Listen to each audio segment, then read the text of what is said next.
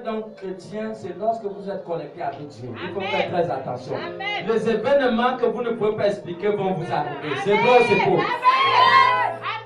Hey, les événements terribles vont commencer à arriver. Les choses que vous ne savez même pas. Le problème vient d'où même. Tu réfléchis, tu ne sais même pas d'où vient le problème. Alors qu'il veut te déconnecter pour t'empêcher à continuer à être dans le surnaturel. Il sait que si tu te déconnectes, automatiquement tu vas commencer à t'assombrer. Voilà pourquoi toujours Pierre, toujours lui là.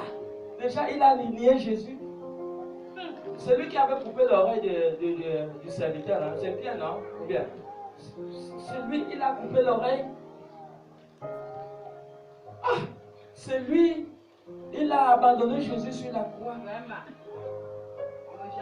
C'est toujours lui que Jésus l'accorde une grâce surnaturelle. Mais il n'était pas toujours connecté. Mais ces choses ont été écrites pour notre instruction. Faisons attention. Nous avons reçu un appel divin et nous devons faire preuve de sagesse. Il y aura toujours des problèmes. Mais je voudrais vous amener, ne soyez jamais la cause d'un problème dans l'église. Est-ce que quelqu'un comprend? Ne sois jamais la cause. Laisse pour que d'autres personnes provoquent le problème. Mais ne sois jamais la cause d'un problème. Tous ceux qui sont la cause d'un problème. Luc 17, le verset, je crois, 1 à 3 ou 4, dit qu'il vaut mieux pour ces personnes qui sont la cause d'un problème dans l'église qu'on amarre une pierre sur leur tête avec une corde, on les jette au fin fond de la mer et qu'ils meurent. Tous ceux qui sont la cause d'un problème dans l'église sont animés d'une puissance mortelle. Ne soyez jamais la cause d'une déstabilisation de l'église. Parce que l'église n'a jamais enseigné quelqu'un de voler. L'église n'a jamais enseigné quelqu'un d'aller tromper son mari, de commettre l'adultère, tromper sa femme. L'église n'a jamais enseigné ça. L'église a toujours fait les efforts pour enseigner la vérité. Pour conduire le peuple vers leur sauveur qui est mort à la croix de Golgotha. Voilà le but de l'église.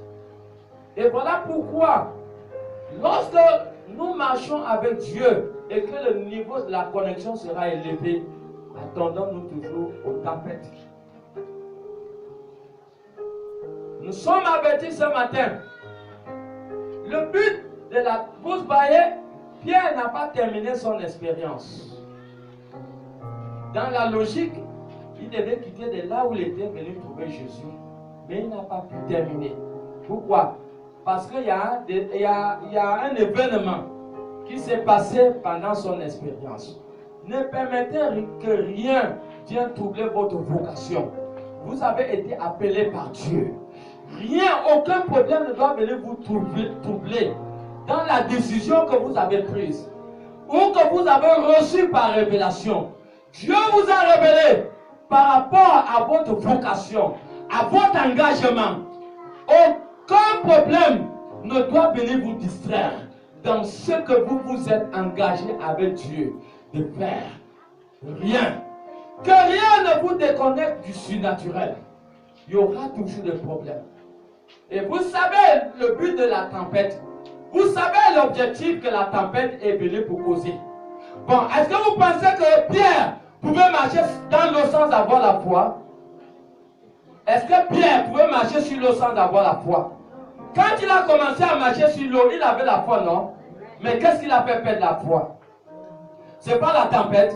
Le problème qui a prévu, le problème a fait perdre la foi, n'est-ce pas? Quand il a perdu la foi, qu'est-ce qui s'est passé? Faisons attention aux tempêtes, aux problèmes. Ces problèmes ont pour but pour vous faire perdre la foi, pour nous faire perdre la foi. Tout problème qui provoque dans l'église a un seul but, pour faire perdre les enfants de Dieu la foi. Le diable combat l'église. Et le diable passe toujours par ceux qui sont faibles. Le diable ne passe pas sur le mur. Il passe par des chrétiens qui sont faibles ou qui n'ont même pas la foi. Faisons attention. Que rien dans le ciel sur la terre ne puisse vous amener à abandonner votre vocation. Ecclésiaste 10, le verset 4. Rien ne doit vous amener à abandonner votre vocation. Et la parole est dans l'Ecclésiaste chapitre 10 au verset 4. Si l'esprit de celui qui domine s'élève contre toi, Si l'esprit du pasteur ou de quelqu'un dans l'assemblée s'élève contre toi, ne quitte point ta place, ne quitte point ta place, car le calme car le calme prévient de grands péchés. revient des grands péchés. Reprends. Si l'esprit de celui qui domine s'élève contre toi, Si l'esprit d'un pasteur, d'un leader, de quelqu'un dans l'assemblée s'élève contre toi, ne quitte point ta place, ne quitte pas ton poste, car le calme car le calme. prévient de grands péchés. Vous voyez, la Bible nous parle de calme, alors que Pierre, ce n'était pas le temps de calme qui passait, c'était le temps, c'est la tempête, il y a eu la tempête. Donc toi, tu dois faire tout et tout pour te stabiliser, pour ne pas abandonner ta fonction. Parce que le diable peut atteindre son objectif. Pierre avait la foi, mais qu'est-ce qu'il a amené à perdre la foi? C'est le problème qu'il y a eu. Maintenant, si Jésus n'était pas là, il devait mourir. Si Jésus n'était pas là, il mourrait. Heureusement que Jésus était là. Quand il a crié, et je vous dis, à chaque moment que vous vous trouvez dans une attaque, criez vers Jésus et Jésus viendra pour vous restaurer. Jésus viendra vous tenir par la main et Jésus va vous restaurer.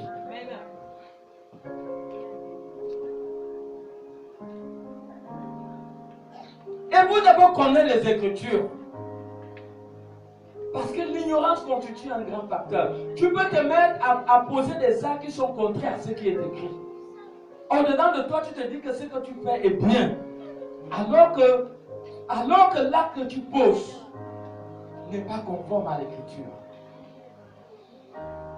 Pierre, pourquoi il a eu la peur?